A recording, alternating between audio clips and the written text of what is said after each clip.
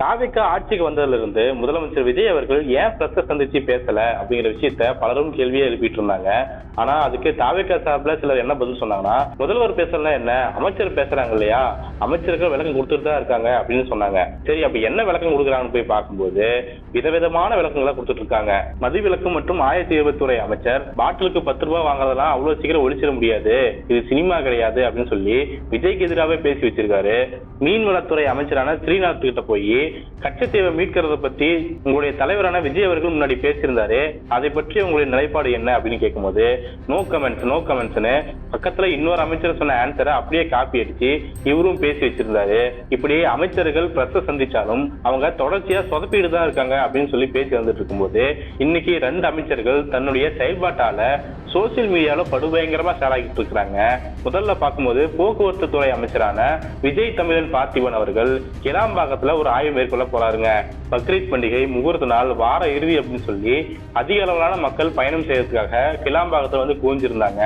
எனவே அங்க ஆய்வு பண்ணதான் அமைச்சர் அவர்கள் போயிருக்கிறாரு. அங்க போகும்போது பயணிகள் அவரை சூழ்ந்துகிட்டு, நாங்க புக் பண்ண பஸ் வரவே கிடையாது, 10 மணிக்கு புக் பண்ணிருக்கேன், 11:45 ஆகியும் பஸ்ஸே வரல, இதுக்கு ஏதாவது நடவடிக்கை எடுங்க சார். அதுக்கு அமைச்சர் அவர்கள் என்ன விளக்கம் கொடுத்தாருன்னா, வரக்கூடிய பேருந்துகள் எல்லாமே ஒரே வழியில தான் கிளாம்பாக்கம் பஸ் ஸ்டாண்டுக்கு வந்து சேருது, எனவே அங்க டிராபிக் அதிகமாகுது அப்படின்னு சொல்லிட்டு இருந்தாரு.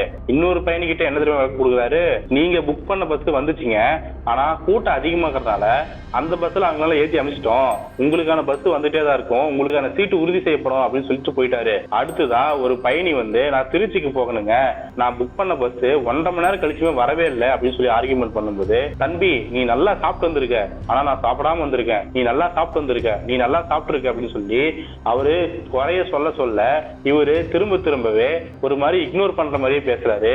எனவே அந்த வீடியோ ஷேர் பண்ணி தான் பலரும் அமைச்சருக்கு கண்டனத்தை சொல்லிட்டு இருக்காங்க. இது என்னங்க வம்பா இருக்குது, ஒரு பயணி தனக்கான குறைய வந்து சொல்லிட்டு இருக்கும்போது நீ நல்லா சாப்பிட்டு வந்திருக்க, நீ நல்லா சாப்பிட்டு வந்திருக்க, நான் சாப்பிடாம வந்திருக்க அப்படின்னு சொன்னா அதுக்கு என்ன அர்த்தம், நீ நல்லா சாப்பிட்டு வந்து நல்லா கேள்வி கேட்கிறியா அப்படின்னு தான் அமைச்சர் கேட்கிறாரா, அந்த செயல்பாட்டுக்கு அதான் அர்த்தமா அப்படிங்கிற கேள்விகளை பலரும் முன் வச்சிட்டு இருக்காங்க. இன்னொரு பக்கம் பார்க்கும்போது இப்படிதான் இவருடைய கட்சி தலைவரான விஜய் அவர்களும், நான் எல்லாத்தையும் விட்டுட்டு வந்திருக்கிறேன், ஒரே ஒரு வாட்டி ஓட்டு போடுங்கன்னு சொல்லி ரொம்ப எமோஷனலா மேனிபுலேட் பண்ணி குழந்தைங்க கிட்ட முறையிட்டு அவங்கள அடம்பிடிக்க வச்சு ஓட்டு போட சொல்லி நிறைய விஷயங்களை மேனிபுலேட் பண்ணி தான் ஜெயிச்சிருக்காரு. அதே வழியில இப்ப அமைச்சருமே, நீங்க எல்லாம் நல்லா சாப்பிட்டு வந்துட்டீங்க, ஆனா நான் சாப்பிடாம வந்திருக்கேன், என்ன போய் நீங்க கேள்வி கேட்கலாமான்னு சொல்லி அதே மாதிரியான எமோஷனல் நாடகத்தை தான் நடத்துறாரு அப்படின்னு சொல்லிதான் பலர் பதிவிடுறதா பார்க்க முடியுது. எனவே இதை ஒட்டி அந்த பயணி வந்து ஒரு பேட்டி கொடுக்குறாரு, இதெல்லாம் முறையான பதிலே கிடையாதுங்க, நீ நல்லா சாப்பிட்டு வந்திருக்க அப்படின்னு பேசுறாரு, சாப்பிட்டு தாங்க வருவேன், அது என்னோட உரிமை, அதை பத்தி ஏன் இவரு பேசுறாரு அப்படிங்கிற வகையில ரொம்ப கோவப்பட்டு பேசியிருந்தாரு. அவருடைய வார்த்தைகள்லயே எனக்கான பஸ் வரல அப்படிங்கிற தவிப்பு இருந்துகிட்டே இருந்துச்சுங்க. எனவே அதை அவர் சரி பண்ணுவார்னு சொல்லிதான் அவர்கிட்ட போய் முறையிட்டு இருக்காரு. ஆனா நீ நல்லா சாப்பிட்டு வந்திருக்கப்பா, ஆனா நான் சாப்பிடாம வந்திருக்கப்பா, என்னோட வலிவு நீ புரிஞ்சுக்கப்பா அப்படிங்கிற வகையில தான் ரொம்ப வலிஞ்சு வச்சிருக்கிறாரு அமைச்சர். மேலும் அந்த பயணிய நீ வா போன்னு ரொம்ப ஒருமையில பேசுறாரு, அது அமைச்சருக்கு உண்டான அழகு கிடையாது அப்படிங்கிற விஷயத்தையும் பலரும் சுட்டி காட்டிட்டு இருக்காங்க. ஒரு அமைச்சரானவர் ஓட்டு போட்டு தேர்ந்தெடுத்த மக்களை நீ வா போன்னு பேசலாமா அப்படிங்கிற கேள்வியை எழுப்புறாங்க. அடுத்து அவர் பிரஸ் மீட்ல பேசும்போது இதுக்கெல்லாம் டிராபிக் ஜாம் காரணமா இருக்கு அப்படிங்கிற விஷயத்த குறிப்பிடுறாரு. சரி, இதுக்கான தீர்வு என்னங்க சார் கேட்கும்போது அவர் சொன்னாரு பாருங்க, பகீர் இருந்துச்சுங்க, அதாவது இங்க பிரச்சனையே முன்பதிவு செய்தவர்களை விட முன்பதிவு செய்யாதவங்க தான் அதிகமா வந்திருக்காங்க, அதனால முன்பதிவு செஞ்சாங்க இல்லையா அந்த பஸ்ல எல்லாம் முன்பதிவு செய்யாத பயணிகளை ஏற்றி அமைச்சிட்டோம், முன்பதிவு செஞ்சவங்களுக்கு இனிமேதான் பஸ் வந்துகிட்டு இருக்குது, ஒரே வழித்தடத்துல வருது, அதனால பிரச்சனையாகுது, அதனால 3 வழித்தடம் மூலமா இந்த பஸ் ஸ்டாண்டுக்கு பஸ்கள் வந்தடையறதுக்கு நாங்க ஏற்பாடு செஞ்சுட்டு இருக்கோம் அப்படின்னு சொல்லியிருந்தாரு. ரிசர்வ் பண்ண பஸ்ல எல்லாத்தையும் ஏற்றி அமைச்சிட்டு ரிசர்வ் பண்ண பயணிகளை நடு ரோட்ல தவிக்கி விட்டு இருக்கீங்களே, இதுதான் உங்களுடைய தீர்வா அப்படின்னு சொல்லி நிறைய பேர் கன்னடத்தை சொல்லிட்டு இருக்காங்க. இங்க பாடுற இவருடைய விளக்கத்தை அப்படின்னு சொல்லி அந்த வீடியோ ஷேர் பண்ணி நிறைய பேர் கலாய்ச்சிட்டு இருக்கிறாங்க.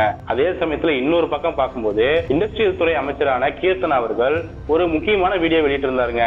அந்த வீடியோவுமே இன்ஸ்டாகிராம் ட்விட்டருக்கு ஏற்ற மாதிரி நல்ல வெர்டிகல் வீடியோவை போட்டிருக்காங்க. அதுல ஏஐசிடி வரப்போகுது, தொழில்துறைக்காக பல்வேறு முன்னெடுப்புகள் நாங்க செய்ய போறோம், முதலமைச்சர் அவ்வளவு பிளான்களை வச்சிருக்கிறாரு அப்படின்னு சொல்லிட்டு எல்லாம் நீங்க முதலீடு ஈர்க்க வாங்க அப்படின்னு சொல்லி நிறுவனத்துக்கு ரீல்ஸ் மூலமா அழைப்பு கொடுக்குறாங்க. எனவே இந்த வீடியோவும் காலையில இருந்து படுபயங்கரமா ஷேர் ஆகிட்டு இருக்கு. ஒரு முதலீடு ஈர்க்கிறதுக்கு அவ்வளவு ப்ராசஸ் இருக்குது, கோடி கணக்குல முதலீடு பண்றவங்க உங்க ரீலை பார்த்து தான் வருவாங்களா மேடம், அவங்கள ப்ராப்பரா அப்ரோச் பண்ணணும், நீங்க எங்க மாநிலத்துக்கு வந்து தொழில் தொடங்கினா உங்களுக்கு எவ்வளவு நன்மை ஏற்படும், எங்க மாநில தொழிலாளர்களுக்கு எவ்வளவு நன்மை ஏற்படும், எங்க மாநில வளர்ச்சிக்கு எவ்வளவு நன்மை ஏற்படும் சொல்லி தெளிவான விளக்கத்தை கொடுத்து அதுக்கான அக்ரிமெண்ட்டை நீங்க சைன் பண்ணணும். ஆனா அதையெல்லாம் விட்டுட்டு நீங்க என்னங்க ரீல்ஸ் மூலமா அழைப்பு கொடுக்குறீங்க, இது முறையான வழியே கிடையாது அப்படிங்கிற விஷயத்த பலரும் எழுதிட்டு இருக்காங்க. இன்னொரு பக்கம் சில சிரிப்பு போஸ்டுகளையும் பார்க்க முடிஞ்சது. இவங்க என்னங்க ரியல் எஸ்டேட்ல நிலத்தை வியாபாரம் பண்ற மாதிரி ஒரு இடத்துல நின்னுகிட்டு வாங்க எங்க இடத்துக்கு வாங்க, வாங்க எங்க தமிழ்நாட்டுக்கு வாங்கன்னு சொல்லி ரீல்ஸ் போட்டு இருக்காங்க. இதுக்கு முன்னாடி இந்த திமுகவோ அதிமுகவோ அமெரிக்காவுக்கு போவாங்க, ஜப்பானுக்கு போவாங்க, அங்க போய் முதலீடு இருக்கிறதுக்காக நிறைய முயற்சிகளை பண்ணுவாங்க. ஆனா அதை விட்டுட்டு இவங்க என்னங்க ரீல்ஸ்ல பேசிட்டு இருக்காங்க அப்படின்னு சொல்லிதான் பலரும் இந்த வீடியோவை ஷேர் பண்ணிட்டு இருக்காங்க. இன்ஸ்டாகிராம் இன்ஃபுளுன்ஸ் பெரிய பேசிட்டு இருக்காங்க. ஒருவேளை இனிமே இதுதான் நடைமுறையா இருக்குமோ, அமைச்சர்கள்லாம் இப்படிதான் பேசுவாங்களோ அப்படின்னு சொல்லி பலரும் சந்தேகங்களே எழுப்பிட்டு இருக்காங்க. ஆக ஆட்சி அமைச்சது ஒரு மாசம் கூட கம்ப்ளீட் ஆகல. ஒரு பக்கம் பாத்தீங்கன்னா முதலமைச்சர் டெல்லியில போய் ஒரு மரபையை உடைச்சிட்டு வந்திருக்காரு. டெல்லிக்கு போன எந்த தமிழ்நாட்டு முதலமைச்சரும் தமிழ்நாடு இல்லத்துல இருந்து வெளியே வரும்போது அங்க இருக்கிற பத்திரிகையாளர்களை சந்திச்சு பேசுறது அப்படிங்கிறது ரொம்ப மரபா இருந்திருக்கு. வெளியே எல்லாம் பத்திரிகையாளர்கள் காத்துக்கிட்டு இருக்கும் போது அப்படியே டக்குன்னு ரைட் எடுத்து கிளம்பிடுறாரு. சார் சார் இது ஒரு மரபு சார், வந்து பேசுங்க சார், முதலமைச்சர் எல்லாமே பேசியிருக்காங்க சார் அப்படின்னு சொல்லி பத்திரிகையாளர்கள் கத்திய போதும் கார்ல ஏறிட்டு ஜம்முனி கிளம்பிட்டாருங்க. ஒரு பக்கம் அப்படி ஒண்ணு நடக்குதுன்னா இன்னொரு பக்கம் மைக்கு முன்னாடி பேசக்கூடிய அமைச்சர்களும் மக்கள் கிட்ட பேசுற அமைச்சர்களும் ரொம்ப பொறுப்பற்ற தன்மையில பேசிட்டு இருக்காங்க. நிர்வாகத்துல அனுபவமின்மை இருக்கலாம், ஆனா மக்களை அணுகிறதுல சக மனிதராக அவங்களுக்கு ஒரு எம்பத்தி இருக்கணும் அப்படிங்கிற விஷயத்தை தான் மக்கள் எதிர்பார்க்கறாங்க. ஆனா அது கூட இல்ல அப்படின்னா மக்கள் எந்த இடத்துலயும் அவங்கள ஏத்துக்க மாட்டாங்க அப்படிங்கறத நாம் பார்க்கக்கூடிய விஷயமா இருக்குது.